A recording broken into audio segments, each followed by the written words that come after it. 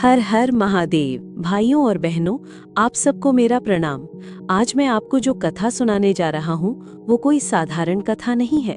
ये कथा शिवजी की उस लीला से जुड़ी है जहाँ समय भी उनकी शरण में झुक गया। ये कथा हमें बताती है कि क्यों महादेव को महाकाल कहा जाता है, क्यों उनके नाम का स्मरण ही समय की बेड़ियों को काट देता है और क्यों एक सच्चा भक्त शिवजी की शरण में आकर मृत्यु और भय से मुक्त हो जाता है। बहुत समय पहले जब देवता और असुर अपने अपने साम्राज्यों में शक्तियों को लेकर संघर्ष कर रहे थे, उस समय काल पुरुष नाम का एक अद्भुत प्राणी उत्पन्न हुआ। ये प्राणी न देव था न असुर, वो समय की गति का प्रतीक था। उसके पास अद्भुत वरदान था, जिस पर उसकी दृष्टि पड़ जाए उसके जीवन के पल समाप्त होने लगे। काल पुरुष घूम घूम कर प्राणियों का जीवन छीनता रहता था, यहाँ तक कि ऋषि मुनि भी उससे भयभीत होने लगे। देवताओं ने सोचा, यदि ये ऐसे ही चलता रहा तो संसार का संतुलन बिगड़ जाएगा। असुर भी परेशान थे, क्योंकि उनके योद्धा अचानक काल के शिकार हो जाते। सब लोग सोचने लगे कि इस भय से मुक्ति कैसे मिले। तब सब ने मिलकर महादेव की शरण लेने का निर्णय लिया। सभी देवता कैलाश पर्वत पर पहुँचे। वहाँ हिमालय की गगनचुंबी चोटियों के बीच शिवजी समाधि में लीन थे। उनकी जटाओं से गंगा बह रही थी और उनके कानों में ओम नमः शिवाय का नाद गूंज रहा था। देवताओं ने विनम्र होकर कहा, देवों के देव महादेव, हमें आपकी शरण चाहिए। समय से भी प्रबल काल पुरुष हमें नष्ट कर रहा है। उसके सामने न कोई मंत्र काम करता है न कोई अस्त्र। शिवजी ने नेत्र खोले, उनकी आंखों से करुणा की ज्योति फूटी। वे मंद मुस्कान के साथ बोले, देवताओं, समय तो सृष्टि का नियम है। जो जन्मा है उसे मरण निश्चित है। फिर ये काल पुरुष कौन है जो स्वयं को समय का स्वामी मानता है? विष्णु भगवान भी वहाँ प्रकट हुए। वे बोले, महादेव, ये प्राणी समय की धारा से बाहर उत्पन्न हुआ है। ये मृत्यु के नियम को नियंत्रित करना चाहता है। यदि इसे न रोका गया तो सृष्टि में अराजकता फैल जाएगी। उधर काल पुरुष अपने आतंक में मग्न था। वो हंसते हुए कहता, मैं ही सबका अंत हूँ। देव हो या असुर, ऋषि हो या साधु, सबको मेरी पकड़ से गुजरना होगा। यहाँ तक कि स्वयं त्रिदेव भी मेरी गति से नहीं बच पाएंगे। उसका अहंकार इतना बढ़ गया कि उसने कैलाश पर्वत की ओर प्रस्थान किया। वो सोचने लगा, यदि मैं स्वयं महादेव को ही अपने अधीन कर लूं, तो संसार का कोई प्राणी मुझसे बच नहीं पाएगा। जब काल पुरुष कैलाश पहुंचा तो उसने शिवजी को समाधि में देखा। वो हंसकर बोला, महादेव, आप त्रिदेव में से एक हैं, परंतु आप भी समय के दायरे में ही हैं। मैं आपको चुनौती देता हूँ, मेरे सामने आप भी टिक नहीं पाएंगे। देवता भयभीत हो गए। सब सोचने लगे, क्या सचमुच समय से कोई बच सकता है? शिवजी ने शांत स्वर में उत्तर दिया, हे काल पुरुष, तुम सोचते हो कि तुम समय हो, परंतु वास्तविकता यही है कि समय भी मेरा ही अंश है। मैं महाकाल हूँ। समय मुझसे जन्म लेता है और मुझ में ही विलीन हो जाता है। काल पुरुष क्रोधित हुआ। उसने अपनी शक्ति प्रकट की। आकाश में काले बादल छा गए। सूर्य का प्रकाश मंद पड़ गया। उसके कदम पड़ते ही वृक्ष मुरझाने लगे, प्राणी वृद्ध होने लगे। देवता घबरा कर बोले, प्रभु, यदि आप अभी कुछ न करेंगे तो सब नष्ट हो जाएगा। शिवजी ने त्रिनेत्र खोला। उनकी जटाएं खुल गई। वे खड़े हुए और गरज कर बोले, हे काल पुरुष, तुम भूल गए कि काल का भी एक अंत होता है और उसका अंत मैं हूँ, महाकाल। यह कहकर शिवजी ने महाकाल रूप धारण किया। उनका शरीर अग्नि की भांति प्रज्वलित हो उठा। गले में भयंकर नाग लिपटे, आंखों से विद्युत की चमक निकलने लगी।